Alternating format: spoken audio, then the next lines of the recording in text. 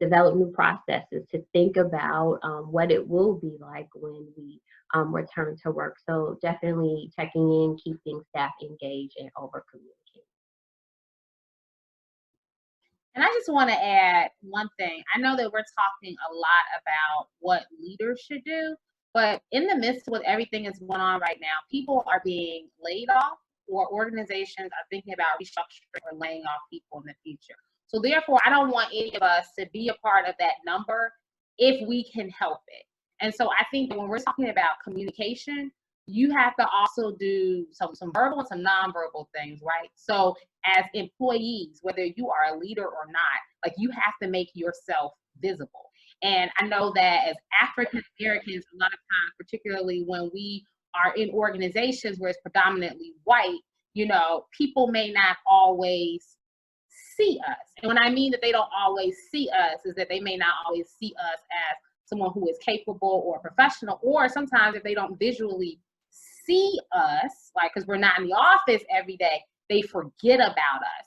And so we have to be effective in our communication, even though we're outside of the office. So instead of, your manager saying, hey, how about you work on this? It's like, no, how about I just go ahead and I produce, a document and a guide for you all. I suggest it. It's like, if I know that my president is having a town hall meeting, I might need to just step in and suggest, you may want to touch upon these things. And so it's just making yourself visible so that you are communicating that you are being successful in this time. You're working from home, and yet you are being productive. You are being responsive. And I'm not saying be over responsive, meaning you're answering emails at 3:00 in the morning per se, but that, you are responding to people in a timely fashion. And if you are having a challenging time, like, be very honest about it. And so I think that you also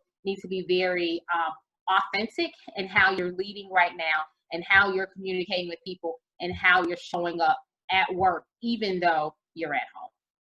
Yeah, that's a great point. Thank you, Jasmine, right? It's not just what leaders can do and what you can do for the organization, but how are you positioning yourself, right, to make sure that you're adding value in the midst of that. And that can be one-to-one check-ins with your boss. Like you said, it could be producing the things that they're going to need, and really anticipating the needs of the organization or your team. So all great points. I'm going to flip back to sharing my screen.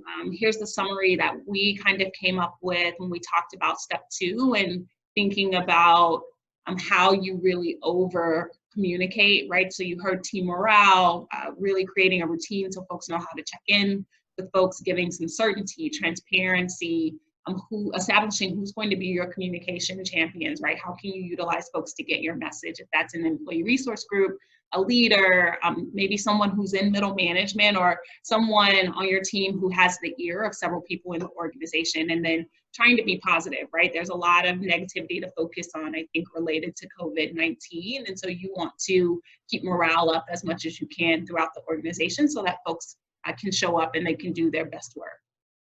So Jasmine, let's talk a little bit about step 3. I heard employee resource groups. I think this is a place where oftentimes we, specifically Black folks, right, Black and brown folks in organizations, can find employee resource groups to be a safe space. So how do you create safe spaces for listening, right? And how do you think about that from an inclusion mindset? Sure. A couple ways I want to answer this question. I first think that as a leader, it's important that you show and you bring your true, authentic selves to work. And you do that so that you are able to create a safe space for people, so that people are able to see, wow, like, she's having some of the same challenges that I'm having. So, originally I was supporting my parents' a little ones group. We call them Polo. And, they had this email stream. They're really like supporting each other. And they were really sharing, a lot of the challenges that they were having.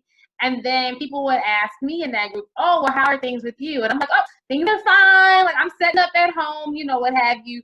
Again, like Ray said, I'm like very upbeat, positive, but that was the reality. Like, things were fine for me because I live alone. And so, like, the adjustment, I don't have to worry about people distracting me and things of that nature. But last week when someone asked me, how are you? I said, actually, today is not a good day. I found out that someone I know passed away from COVID-19. And so, you know, I was just downloading about how I was feeling and how it was difficult for me because I wasn't able to be around people who knew that person and for us to physically be in the same space like I would typically do when someone passed away. So that was a challenge, but I had to be vulnerable. I had to share it.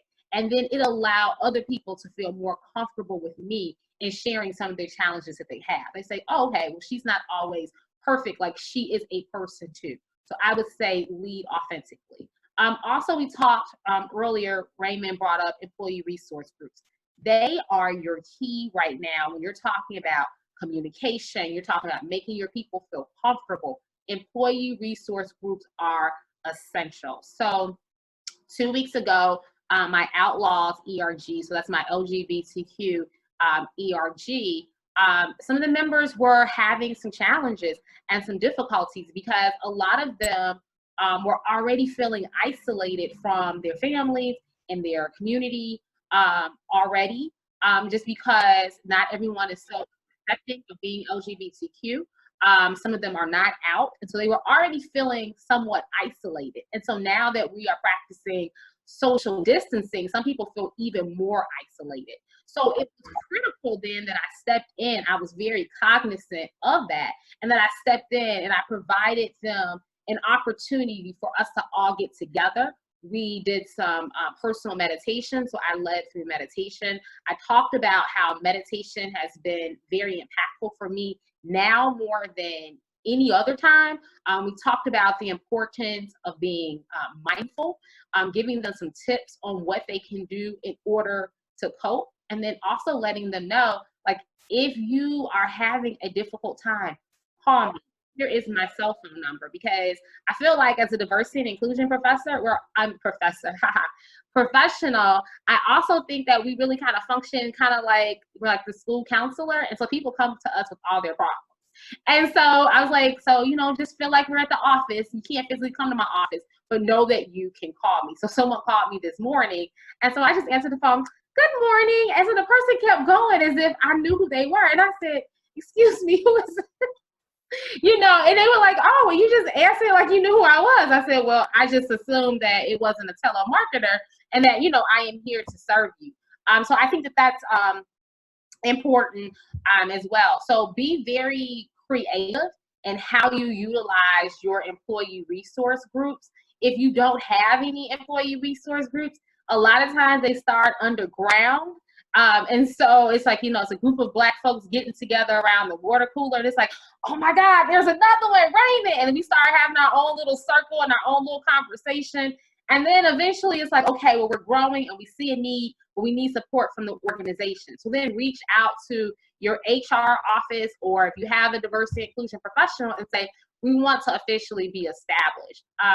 Another thing that we're going to do with another one of my ERGs, my African American ERG, is that we're going to invite our president to come to our next meeting so that he can hear what are some of the concerns, what are some of the people are going through, and how can he support them. So I'm fortunate enough to be a part of a little big organization, if that makes any sense. So we are small in that we have 365 employees globally, but our revenue, like, we're up there with the big law firms.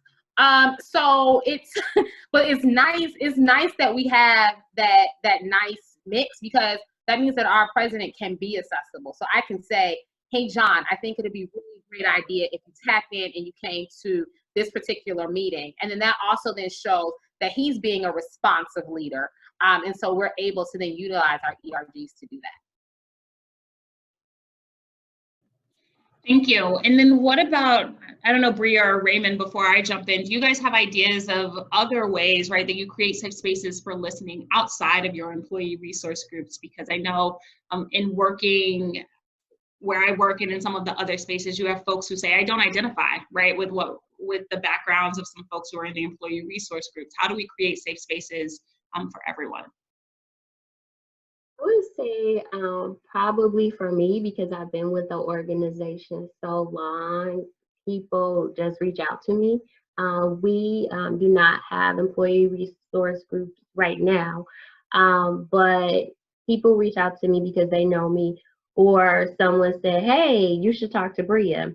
And, as Jasmine mentioned, just trying to be very supportive and listening. And if there's any hope or opportunity that I can provide for them, I do. We have done a lot in the mental health space, and I know we might talk about that a little bit later, but that's something very important for organizations to have available at this time.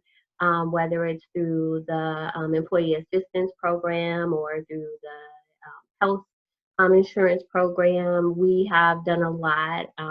One of the things that we have right now is um, it's a mental health check-in call where people can call in. Nobody is identifying themselves on the phone, but they're just led through a meditation for 15 minutes, and that's offered daily to employees. So again, providing outlets for people and safe spaces for people to either talk or just to breathe and listen to someone talk to them. I think one of the things that's really worked well for us, and it's something that we've been getting more and more consistent with as we've gone along. And I'm not going to say it's just because of the current environment, but I just think it's a good practice. When we start every meeting, we just go around the room and just do a quick check-in. How you doing? What's going on with you? And you find a number of things. You find out, maybe they've had a new grandbaby, for example, or maybe there's something they're struggling with. And then that power of the team. You'd be surprised about how people tend to rally together to really, support each other. I'll tell you, I meet with our diversity lead once every 2 weeks. And one of the things that I continue to ask is, what are you hearing from our employee resource groups? And so we're intentionally trying to make sure that they stay connected and that they have places where they can just openly share, what they're thinking. It can be because when we start putting different measures in place, we don't know how it's landing with certain groups. And so being able to have them feel safe enough to be just open and transparent about how they're feeling about things, and then making sure that information is flowing back to us just helps us make better decisions. Yeah, I love that. I'm going to kick it back to Jasmine just because there are some concepts we discussed in prep that didn't come out in your original comments. So can you talk to us a little bit about the virtual water coolers? I think Raymond hit on the point that we had talked about before, which is giving folks the opportunity at the outset of meetings to make sure they're sharing how they're feeling and thinking. Sure. So as Raymond mentioned earlier, his organization uses Microsoft Teams, and I know that Microsoft Teams is another platform that my company uses, and it allows people to create virtual water coolers. So a lot of times people miss that opportunity. I know, like, I used to look so much forward to like getting my morning coffee and knowing that all the admins were going to be around, like, the water cooler and getting their coffee. That was my way of connecting with the admins. I miss that. And so it's like, how can you then create that space virtually? And so if you're able to utilize tools like Microsoft Teams, I would say definitely do it to create a space, or just like a whiteboard space. And so different platforms have different things where people can just chat, so they can feel connected. They're able to share. So they're able to share, resources. I know, like, my parents group, they're using their virtual water cooler to be email. So they are sending pictures of their kids at home, the different activities that they're doing, different resources to keep their kids engaged. Some people are also then sharing things about how they're keeping themselves engaged. We found out a lot of cool free things that people are utilizing to entertain themselves at home. And then people are also then able to share about different coping mechanisms that they're using as well. So just finding different outlets, whatever may work for your particular office. It may be something, official, where you're using a platform like Microsoft Teams and people are able to, have chat boxes and things of that nature. But if people want to take it back old school and they want to do email because it's easier, they feel more comfortable, they can go ahead and do that too. But that is why my email box is so flooded right now. But I enjoy looking at people's cute pictures of their kids. So that's a lot of fun, and it's helping to build community. And simply, I'm learning more about my colleagues because now I'm learning more about their children. I'm learning a little bit more about how they live. I feel like they are being a little bit more vulnerable, therefore they're being a little bit more authentic. And it's actually making me feel a lot more comfortable with me and connecting with them to do the work that I'm doing. Awesome. Thank you for sharing that, Jasmine. I started sharing my screen during her final comments just because we want to make sure that we're utilizing the resources that we have here, and you guys leave here prepared with something, right, that you can take back to your organization. So please feel free to utilize the chat box to provide other ideas, things that you guys are doing to make sure that your people are feeling respected, supported. And if you don't have those safe spaces at your organization, you know, really lean into the groups who are here, the folks who are here and the organizations represented, to figure out how we can help you create those for your firm or your organization. So I want to try to blend kind of step 4 and step 5 because I want to be a good steward of our time. So I'll preview step 4. I'll preview step 5 for you as we switch to step 4, which is be nimble and socially responsible, right? So we're at a place where organizations really have to learn how to flex in the midst of kind of all of the new circumstances and things that are coming up with COVID-19. And I think you'll find that that's common in crisis in general. So as we think about how we're flexible and how we're socially responsible, step 5 is thinking about non-monetary motivators that you can use. So Raymond, I'm going to kick it to you to talk a little bit about what some of that flexibility could look like, right, that organizations find themselves in, and we'll wrap into that conversation, right, how we're also socially responsible, and knowing that we have that flexibility and maybe not as many resources, how we still continue to motivate talent. Okay. So for us, our clients are at the center of everything that we do. And so we have to make sure that we're listening to them, we understand their needs, we know where they want to go and what they need us to do. And what it requires from us is to be really agile. It also requires that we make sure we have an organization that's change ready too, because things will be different. And so having those skills are actually, they're critical to our business success. But those are things that we just continue to reinforce. So it's not just businesses need to be agile, the employees need to be as well, because what they did yesterday may no longer be applicable tomorrow. And so just continue to reinforce that message, but also creating those spaces where if there's a little bit of concern, you know, can I do that? Because we're asking people to do more now.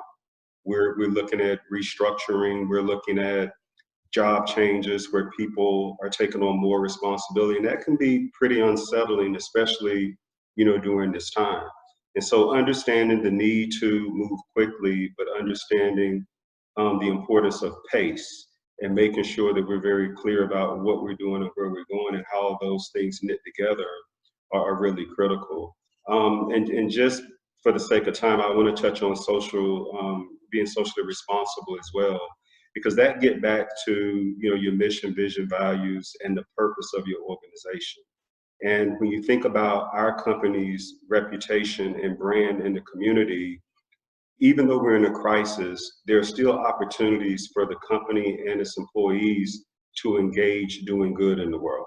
And so what we've done and what we're considering doing as well is when you think about some of the cost containment actions, take salary reductions if that's happening where you work. What if you could not just capture the P&L savings, but those reductions could go towards an employee emergency relief fund, for example? It changes the tone of what your organization is doing and goes back to being socially responsible, in which we do have a duty of care for our people. And so whenever you can find opportunities to, you know, I don't know, do company matches when employees donate to American Red Cross and other organizations, or give people time off to donate to a cause that are near and dear to their heart. It's something that I think we have to pay more attention to now than probably ever before. Thank you, Bria. I'm going to tap you in to kind of blend that into these non-monetary motivators. And Raymond, hit the nice alley-oop for when he brought up the idea that you could use company matching and things like that. What are some other things that we can do to make sure that we're motivating talent during this time? I think a motivator for us is for those who may not, be as busy or there's not a lot of work to do, allowing them the opportunity to help out where it is needed. So we did institute a labor pool, and employees can volunteer to be a part of that pool to help out in areas that need the help and support. And when the link was put out there for people to sign up, within an hour, we had over 400 people to sign up. So folks felt empowered and they wanted to stay connected and they wanted to be helpful to their coworkers as well as the organization. Additionally, I think that our organization is definitely an organization of consensus. We do listen a lot to what employees have to say, and just keeping those channels of communication open again, focusing on existing programs that are already in place. So again, just bringing more awareness and attention to our employee assistance program, having a mental health counselor available to lead these meditation sessions, people just being able to connect with a person versus connecting with a hotline number or just a vacant box where you don't know who's responding to you, but being able to connect with people that they know in the organization to get some of their questions answered. So just providing that sense of belonging and connection. In terms of keeping those people engaged for high performers, how are you keeping people engaged? As you alluded to earlier, Chastity, being sure that you are equally distributing assignments to the team and challenging them to think outside of the box on how the organization or the team can do things a little bit differently, and really giving people a time to shine and share their knowledge. Perhaps having one of the team members facilitate and lead the weekly meetings and not always having the manager to do that. So those are some ways that you can keep people engaged without, utilizing money. Yeah, Jasmine, I see that I think maybe you might be unmuted, so I didn't know if you had something that you wanted to jump in and add, or I'm happy to kind of move us towards step 6, since I know you're going to lead us. One quick thing. Yeah. I know that a lot of companies right now are being very mindful about their budget and not wanting to spend a lot of money. I would say now is our time that we have to show that we are creative and we have to think about what resources we already have. So when Raymond was talking about corporate social responsibility, and that's one of the other things I oversee at my company, it's important that you think about things that you can do with the resources that you already have, so it's not putting a burden on the organizational's bottom line, so that we're not saying, oh, we just gave all this money to all these organizations, but we have to lay off 10 people, right? Like, how does that look in the messaging? So not only did my parent company give $500,000 to a lot of charitable organizations right now, but in addition to that, since my organization is a recruiting organization, we're also thinking about how can we be of service and give our time to individuals who are looking for jobs. And so one of the things that we're working on is pipeline development. So tomorrow I am leading a panel discussion where we're going to do it with some law school students, and we're going to talk to them about their careers and things that they should be mindful about when they are looking for a job in the midst of COVID-19. I know a lot of times when people are in crisis, they panic, they seem to forget about a lot of the basics. So not only are we going to go over the basics with them, but we're going to also help them to navigate, as we've kind of learned some things of how we had to navigate before during the economic downturn. And so they'll get free counseling and advice, something that's a little step above what they're able to do at school with their counseling services. So it helps our recruiters to feel really good because they're giving back, And we, you know, again, it makes our company look good. We're putting our brand out there, but the only thing it cost us was our time because we already had all those resources there. So just be very creative in your delivery as well, because everything that you do that is impactful and meaningful, you don't have to spend a lot of money. So please keep that in mind. Yeah, thank you for sharing that. I think the other important thing to note is that if it depends, right, on how HR functions in your respective organization. But as I put on my HR hat and my inclusion and diversity hat, I always end being a lawyer, right, and thinking kind of 12 steps ahead of what the outcome is going to be. I always think about how moments like this are going to influence what our pipeline looks like, right, how it's going to influence what promotions and things like that look like kind of down the line. And so I'm masterminding and always thinking about how do I help influence leaders? How do I help support diverse talent so that in this moment they're doing the things and continuing to build the track record that they need in order for them to be promoted next time the promotion cycle comes around. And so I think that there's a moment here to really lean into that and think creatively about doing that outside of right money. I can't give them a bonus. We are lucky to be in an organization where we're not doing any layoffs or anything of that nature. So really helping people be able to pivot during this quiet time to make sure that they're well positioning themselves to take advantage of the moment and the opportunity that's been presented by COVID-19, so that when we get in those meetings about end of year reviews and how people have been performing, that we can talk about what our high potential folks have been doing and how they continue to perform in the midst of an economic downturn. So I'm going to move us forward to step 6, which is something I learned about right as we were prepping for this, but really thinking about how you establish social contracts could be helpful to you when you're leading in a time of crisis. So Jasmine, why don't you talk to us a little bit about what those social contracts are and how we start to build those? Sure. So in terms of social contracts, I would say first just start to look at who might be most vulnerable at your work population. So again, thinking inclusively and not thinking about, you know, the general population, but thinking about like how a lot of underrepresented populations are at risk disproportionately during this time. And so I know, like, particularly in Chicago, we're hearing that a lot of African Americans are not only contracting the COVID-19 disease, but they're also dying at a higher rate. So then thinking about how are our employees that are African American, how are they feeling during this time? Thinking about what they might be going through and how they are impacted and how we as an organization can support them and being a little bit more mindful. So being mindful in that, you know, they may not work the traditional hours, you know, that 9 to 5.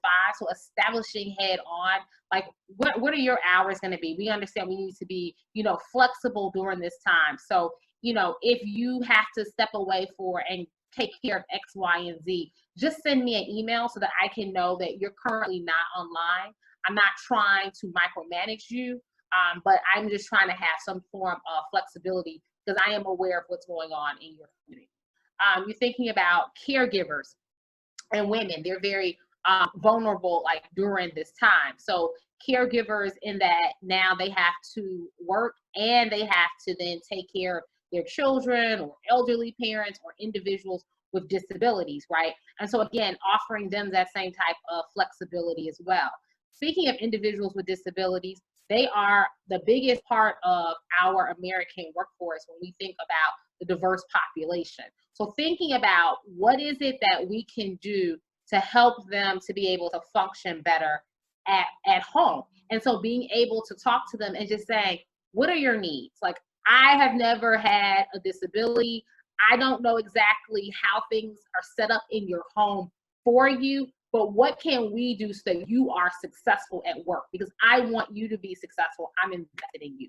So having those types of social contracts where you're having conversations, whether it's you're talking directly to the employee resource group leads, and then they're going back and they're talking to their group members, or they can speak on behalf of the group, is maybe you doing those post surveys, right? And so then you're asking those critical questions in the beginning of the survey to kind of get some demographics so that you're able to glean in on that to figure out what it is that you need to do as a team, so that those populations, when we, you know, survive this and we move forward, they're not saying, wow, they did not think about me, So therefore, now I'm going to then think about moving on to another organization, because not only are organizations going to downsize during this time and restructure, but you're going to have a lot of employees too who are going to say, I felt like I was being mistreated during this time. I felt like they did not think about me. So I'm going to take my talent and go elsewhere. So I definitely see it's a two-way street. And so we have to be very mindful of that. And we have to really think about our people and give them that individualized care that they need. Perfect, thank you. You guys see me advancing because, like I said, I'm trying to be a good steward of our time. So if I understand you correctly, Jasmine, it's really the idea of leaning into populations that we know are going to be vulnerable and creating and making sure they know that we're investing in them and going above and beyond to do that. Is that an accurate summation? Spot on. Perfect, thank you. We do have time for a question and answer session. There's one question that someone posed at the beginning that I want to make sure I get to, but we'd be remiss if we didn't say during this, right? It's important that you are also taking care of yourself. It's that concept that people keep reinforcing when you're on an airplane. They say, put your mask on first. In HR, I think we are oftentimes asked to support the people of an organization, and whether you have 360 employees or you're over 35,000 of 93,000, right, as Raymond indicated earlier, it's important that you're taking care of yourself. So Bria, very quickly, can you lead us through some of the things that we should be doing to make sure that we are operating with self-care? Sure. Like you said, HR is always tasked with taking care of others. So I can just share with you some ways that I try to take care of myself. Just really being honest with my leader to say, like, I need a break. I can't respond to these emails right now. So as Jasmine said, I'm going to go offline for a couple of hours and I'll be back. So being sure that you have someone that you're able to talk to as well when you are experiencing, anxiety about what's going on. You want to watch the news, but you don't want to watch the news. So, being sure that you're not overindulging in watching the news, but still being true to what is really going on, checking in with your networks, those close to you, your family, and just, again, taking some time for yourself to breathe through all of this and do what brings you pleasure, whether that's reading, going for a jog, working out, having a cocktail, having coffee, whatever, but just being sure that you're taking some time for yourself. Perfect, thank you, Raymond. Jasmine, anything to add there as you think about self-care? No, the only thing I would add is I just think that, and one of the things I always tell my team is if you don't take care of yourself, it's going to be impossible for you to take care of anybody else. And so we have to make sure people know it's okay to step away. It's okay to take that time for you to step back and refresh and recharge. Perfect, thank you. I see Jasmine also utilizing all the functions of Zoom. So make sure you look in the chat box because she's also dropping great ideas for things you should do to care for yourself. The question that came up that I think is really important is that COVID-19 is essentially changing the way we work. And so we wanted to take the last kind of 3 minutes to get the ideas of you guys as esteemed panelists of what can we do when we're thinking about returning to work, social distancing, who actually can continue to work from home. How are you guys thinking about those things in your respective organizations, and what can folks in this group be doing to best equip themselves to add value to their institutions in that way? Since we are not, 100% everyone working remotely, some people do still go into the office. Those folks have gotten accustomed to social distancing in the office. But some of the things that we are starting to look at, because we have people who work all over in terms of the city of Chicago and suburbs, who actually, when things do go back to normal, who actually needs to be in the office? Can we do more things such as space sharing where, people share offices? Some people are in 2 days a week, some are in 3, thinking about things like that, thinking about how do you measure productivity for some roles which aren't traditionally work from home roles. How can productivity be measured? And also encouraging, some managers are still very old school and they don't like the concept of employees working from home. So just encouraging them to keep an open mind and having HR work with them on ways in which they can identify performance metrics, because working from home can be a great satisfier to some employees with respect to social distancing. Um, that's going to be tough, but I think as we start to think about more roles that can be remotely, that will help us with social distancing. Thank you, Bria. 30 seconds, Raymond or Jasmine, anything to add there? The only thing I have to add is my suggestion would be, so for example, we are fully work from home across the Americas. All our offices are closed. And so we formed a task team. And the number one ask that we gave the task team as we start thinking about returning to the new normal was safeguarding our employees. And so whatever we do, we just want to make sure there will be some anxiety, there will be a little bit of some element of fear coming back to work after coming out of this, just to make sure that we're communicating well and that we have a concrete plan so people know that the workplace is safe and that we're safeguarding their well-being as well. Awesome. Thank you. I dropped some other things in the chat box too, so that you guys can check that out for some additional. Jasmine, anything to add before we kick it to Roderick for closing remarks? No, my fellow panelists hit it spot on. Thank you. Perfect. Roderick, I'm so sorry. I meant to leave you at least 5 minutes, but there was a lot of material to get through. So thank you all for having us. We hope you learned something, got some themes around what your organization should start, stop, or continue doing. Thinking about your mission, your vision, your values, growth opportunities, all the things that are really running our day-to-day of our how people feel about showing up at our organizations. So thank you for tuning in. Roderick, we will send it back to you for closing remarks.